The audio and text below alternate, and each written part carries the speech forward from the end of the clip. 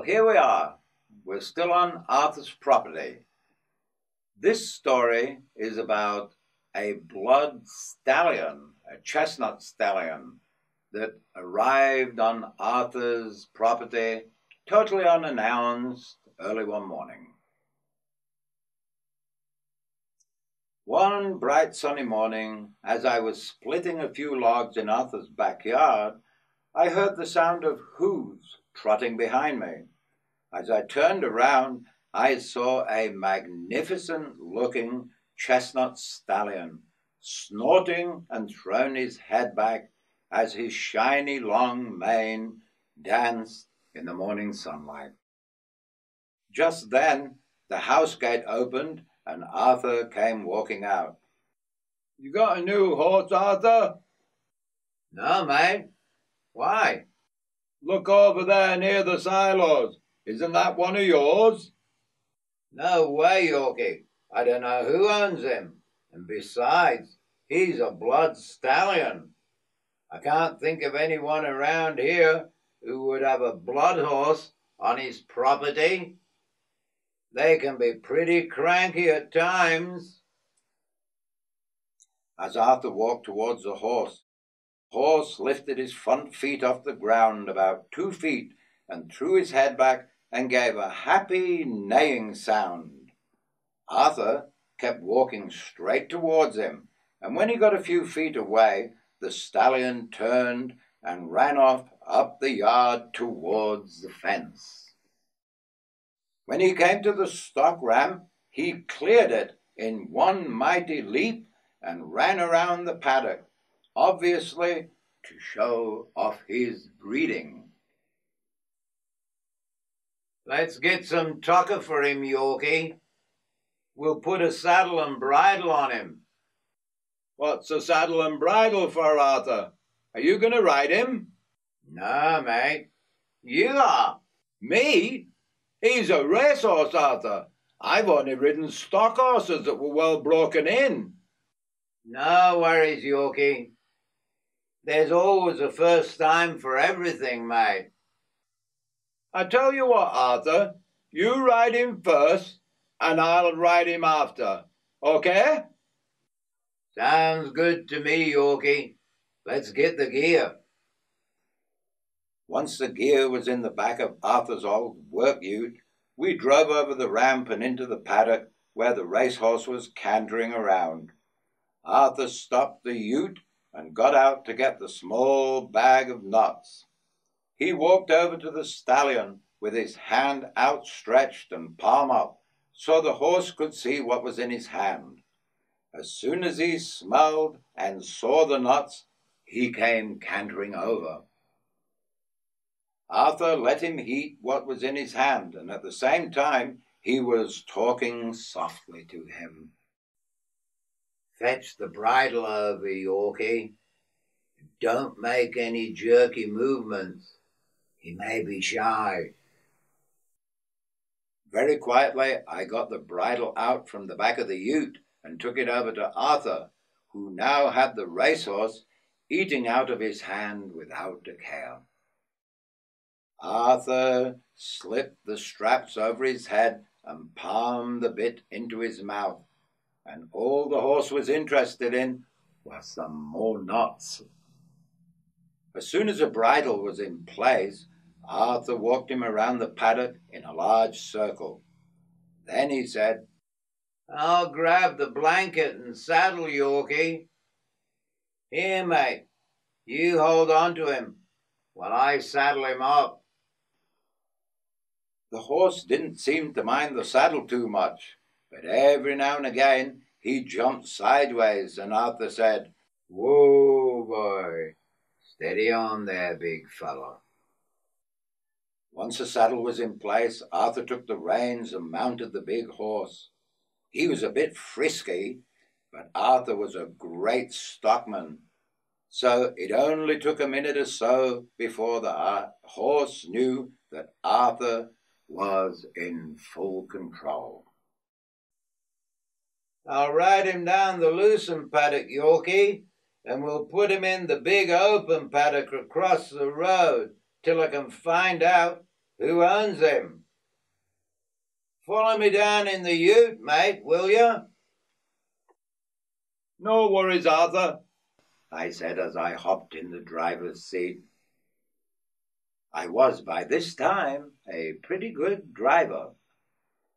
When Arthur and the horse got close to the ramp, the stallion took a great big leap with Arthur on his back. He very easily sailed across the 6-foot stock ramp. That looked great, Arthur, I yelled out of the ute's open window. Open the gate across the road there, Yorky, called out Arthur. I pushed the large gate open, and Arthur and the big stallion rode through, and I closed it behind them. Arthur dismounted and held him by the reins. Come on, Yorky, get on him. It'll be a good bit of experience for you. This is an 800-acre paddock, mate. Give him his head, and let's see how good he really is. You're fucking joking, Arthur, I said as I swung my leg over him. What if I fall off? I'll break my fucking neck. Come on, Yorky, you're not going to fall off. Just remember to keep your knees tucked in tight. She'll be right, mate. The stallion was no fool.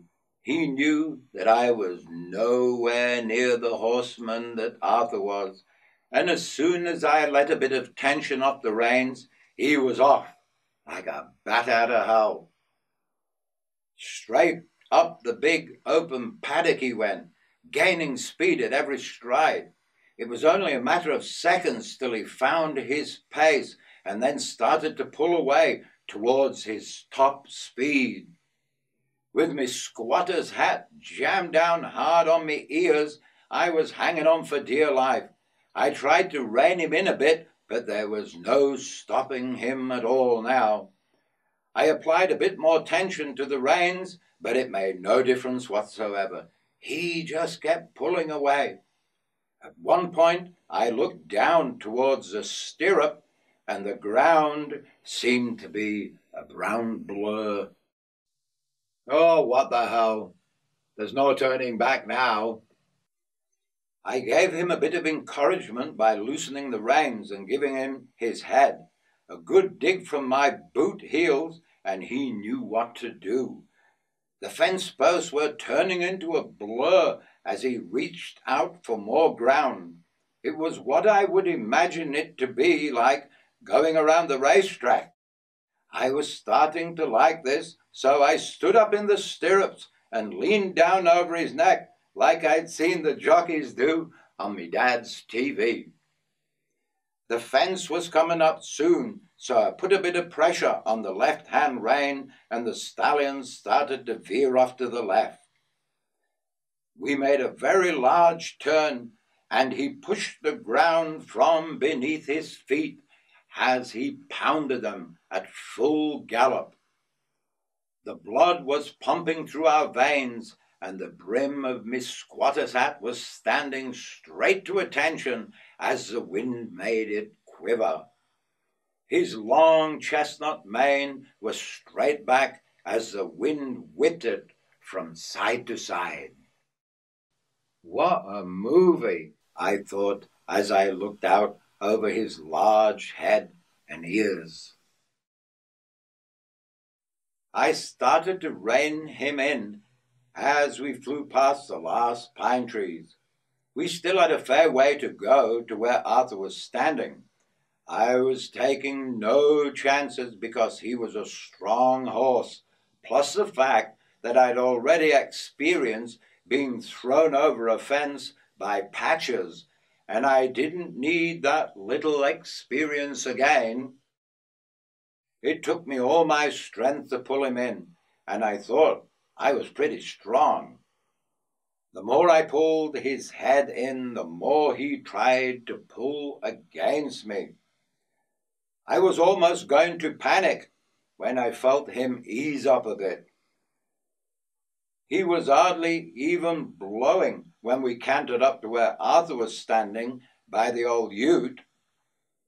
I think my heart was beating harder than his when I finally dismounted, Arthur held the reins and I slid out of the saddle onto a pair of rubbery legs.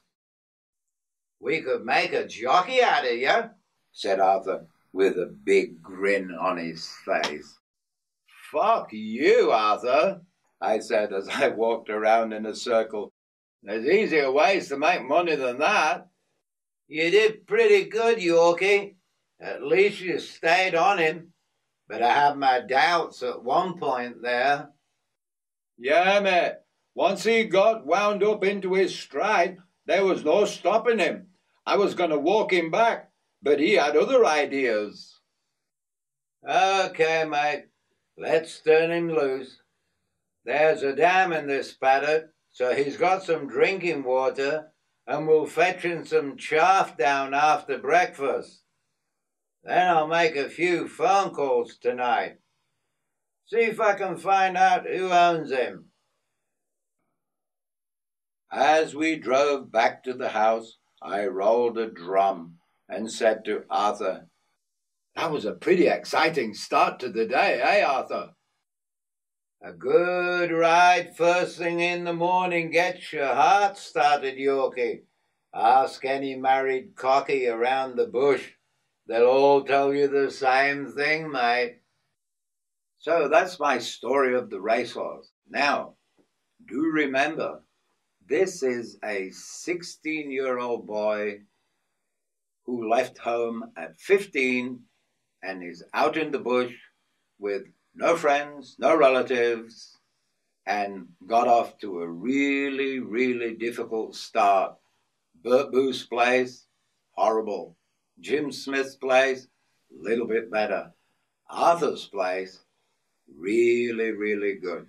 Arthur was a very good man. And he knew how to communicate with young people, as he had 5 children of his own. And I really liked him.